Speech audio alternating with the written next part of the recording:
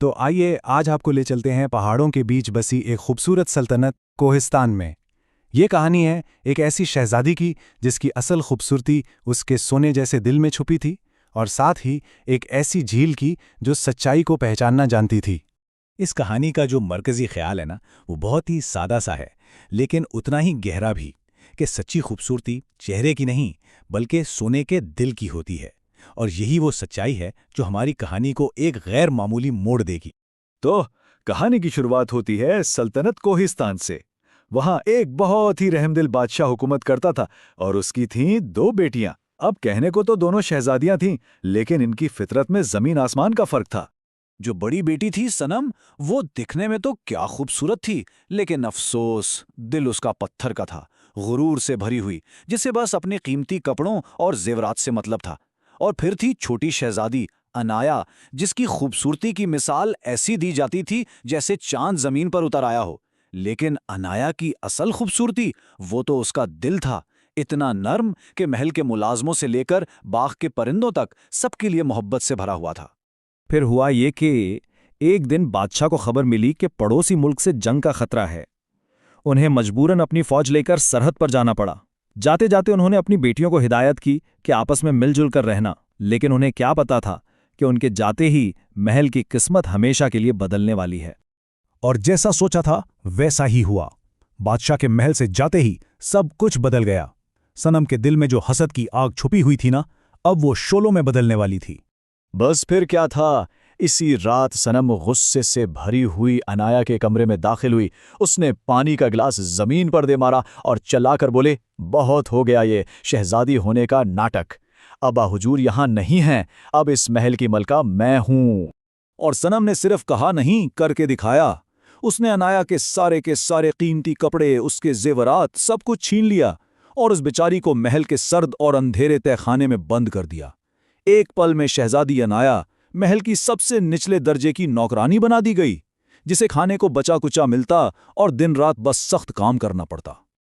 लेकिन इतनी मुश्किलों के बावजूद अनाया ने हिम्मत नहीं हारी। उसकी उम्मीद अभी जिंदा थी। जब भी उसे थोड़ा सा वक्त मिलता, वो चुपके से महल से निकलकर पिछले जादुई जंगल में चली जाती। वहां एक नीली झील थी जो चांद की रोशनी में अजीब तरह से चमकती थी। वहीं बैठकर वो अपनी सूखी रोटी जंगल के जानवरों के साथ बांटती थी और उसे वहीं सुकून मिलता था। और फिर एक दिन महल में एक ऐसा शाही ऐलान हुआ जिसने उम्मीद की एक नई किरण जगा दी। शायद यही वो ऐलान था जो अनाया की किस्मत बदलने वाला था। हुआ ये कि पड़ोसी मुल्क के शहजादे अनस अपनी दुल्हन की तलाश में थे, और इसी सिलसिले में एक बहुत बड़े जश्न का एहतमाम किया गया। दावत पूरी सल्तनत की हर लड़की के लिए थी। ये सुनते ही सनम की तो खुशी का कोई ठिकाना ही नहीं रहा। बेचारी अनाया ने किसी तरह हिम्मत जुटाकर जश्न में जाने की इजाजत मांगी तो सनम ने उसे ऊपर से नीचे तक देखा और एक जहर भरी हंसी के साथ बोली, तुम और इन फटे पुराने कपड़ों में? सुनो, जिस रात जश्न होगा ना, तुम यहां रहकर पूरा बाग साफ करोगी, समझी? जश्न की रात आई। अनाया का दिल टूट चुका था। वो रोती हुई उसी नीली झील के किनारे जा बैठी। तभी उसे वहां एक बहुत ही कमजोर बूढ़ी औरत नजर आई, जो सर्दी से कांप रही थी। भूख उसके चेहरे से साफ जाहिर थी। अनाया ने एक पल भी नहीं सोचा और जो एक सूखी रोटी उसके पास थी वो फौरन उस औरत को दे दी। और जैसे ही उस बूढ़ी औरत ने रोटी का पहला निवाला लिया ना, एकदम से एक तेज रोशनी फैल गई। वो बूढ़ी औरत देखते ही देखते एक खूबसूरत परी में बदल गई। वो इस झील की मुहाफिज थी।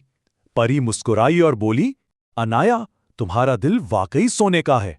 और बस उसने अपनी जादुई छड़ी घुमाई और अनाया के फटे हुए कपड़े चांदनी से बने एक शानदार लिबास में बदल गए। लेकिन जादू यहां खत्म नहीं हुआ। परी ने पास पड़े एक कद्दू को सोने की बघी बना दिया, तहखाने के चूहों को सफेद घोड़े और अनाया के पांव में शीशे के ऐसे जूते पहना दिए जो हीरों से भी ज्यादा चमक रहे थे। लेकिन जाते जाते परी ने अनाया को एक जरूरी बात बताई। एक बात याद रखना, उसने कहा, ये जादू सिर्फ आधी रात तक ही चलेगा। जैसे ही घड़ी में 12 बजेंगे सब कुछ वापस पहले जैसा हो जाएगा। और इस तरह अनाया इस शानदार बगी में बैठकर शहजादे के महल की तरफ चल पड़ी। उसे नहीं पता था कि वहां एक नई कहानी उसकी मुंतजिर है। जब अनाया महल में दाखिल हुई तो मानो वक्त रुक सा गया। पूरा हॉल उसकी खूबसूरती से रोशन हो गया। शहजादा अनस तो जैसे उस पर फिदा हो गया और उसने पूरी रात सिर्फ और सिर्फ अनाया के साथ ही रक्स किया। लेकिन फिर महल की बड़ी सी घड़ी ने 12 बजाना शुरू कर दिए। अनाया को फौरन परी की बात याद आई और वो घबराकर वहां से भागी। इतनी जल्दी में थी कि उसकी शीशे की एक जूती सीढ़ियों पर ही रह गई। अगली सुबह शहजादे के दिलो दिमाग पर बस वही पुरस्कार शहजादी छाई हुई थी और उसके हाथ में था वो शीशे का जूता, वही जूता जो अब सच्चाई का पता बताने वाला था। तो शहजादे अंस ने पूरी सल्तनत में ऐलान करवा दिया कि ये शीशे का जूता जिस भी लड़की के पांव में पूरा आएगा वही उसकी दुल्हन बनेगी। बस फिर क्या था, सिपाही घर घर जाके हर लड़की को वो जूता पहनाकर देखने लगे। जब सिपाही अनाया के महल पहुंचे तो जालिम सनम ने फौरन अनाया को एक कमरे में बंद कर दिया। उसने जूता पहनने की लाख कोशिश की, यहां तक कि अपना पांव भी जख्मी कर लिया, लेकिन जूता उसके पांव में नहीं आया।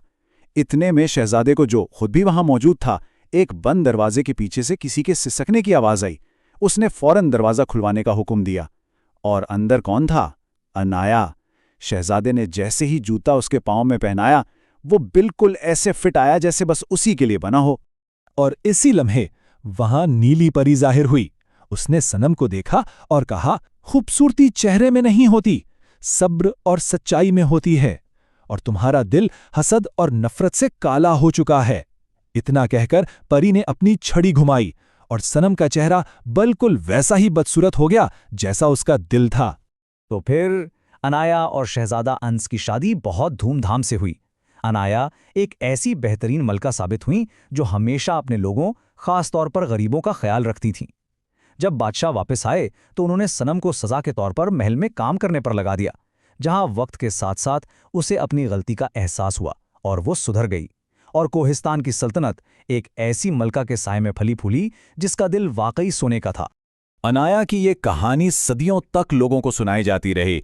ये हमें आज भी सोचने पे मजबूर करती है कि एक मेहरबान दिल अपने पीछे क्या कुछ छोड़ जाता है ना?